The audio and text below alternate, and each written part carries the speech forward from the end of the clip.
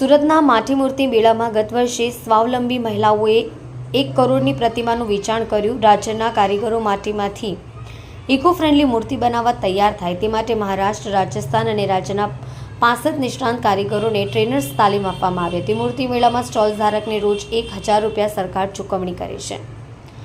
સુરતમાં ગણેશજીની પ્રતિમા બનાવવાનું કામ કરતા મહિલા કારીગરોને આત્મનિર્ભર કરવા સાથે પર્યાવરણની જાળવણી માટે સરકારે શરૂ કરેલા અભિયાનમાં ગત વર્ષે સુરત શહેરના 49 જેટલા સંસ્થાએ 1 કરોડથી વધુની શ્રીજીની પ્રતિમાનું વેચાણ કર્યું હતું। આ પહેલા સરકારે રાજ્યના કારીગરો માટીમાંથી ઇકો ફ્રેન્ડલી મૂર્તિ બનાવવા તૈયાર થાય તે માટે મહારાષ્ટ્ર, રાજસ્થાન અને રાજ્યના 65 નિષ્ણાંત કારીગરોને ટ્રેનર્સ તાલીમ કારીગરો તૈયાર કર્યા હતા। માટીની જ પ્રતિમા બનાવવા તથા તેના વેચાણ માટે પણ તાલીમ આપી છે। તેને કારણે અનેક મહિલાઓ પગભર થઈ રહી છે।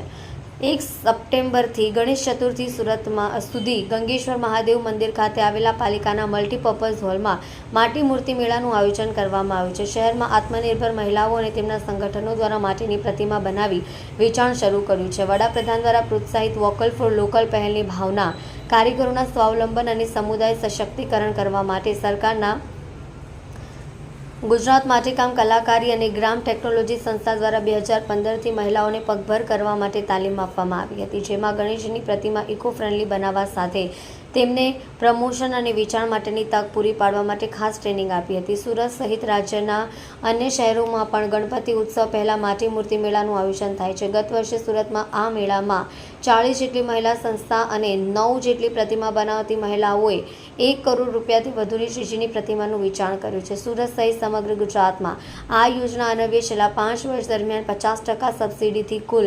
2369 કારીગરોએ 1953 ટન માટીનું વિતરણ કરવામાં આવેલ છે। કારીગરોને પૂરી પાડવામાં આવેલ માટીમાંથી બનાવેલ મૂર્તિનું વેચાણ માટે વેચાણ પ્લેટફોર્મ પૂરું પાડવા માટે છેલ્લા 5 વર્ષ દરમિયાન ગણેશોત્સવ દરમિયાન વેચાણ મેળાનું આયોજન કરી કુલ 2064 કારીગરોને વેચાણ માટેનું પ્લેટફોર્મ પૂરું પાડવામાં આવ્યું છે। આ મહિલાઓએ બનાવેલી શ્રીજીની પ્રતિમાનું વેચાણ અને પ્રમોશન થાય છે, જે માટે hoardings, TV, quickie, radio jingle, digital media જેવા વિવિધ પ્રચાર અને પ્રસારના માધ્યમો દ્વારા જાહેરાત, શાળામાં માટીની મૂર્તિ બનાવવા માટેના જીવંત પ્રદર્શન કરવામાં આવી રહી છે।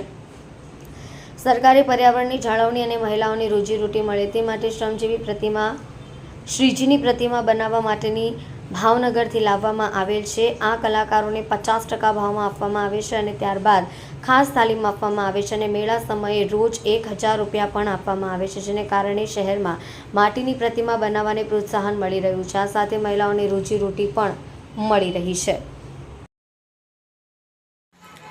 કલ્પેશ રાણા સાથે જોતા રહો ન્યૂઝ 9 ગુજરાતી, સુરત।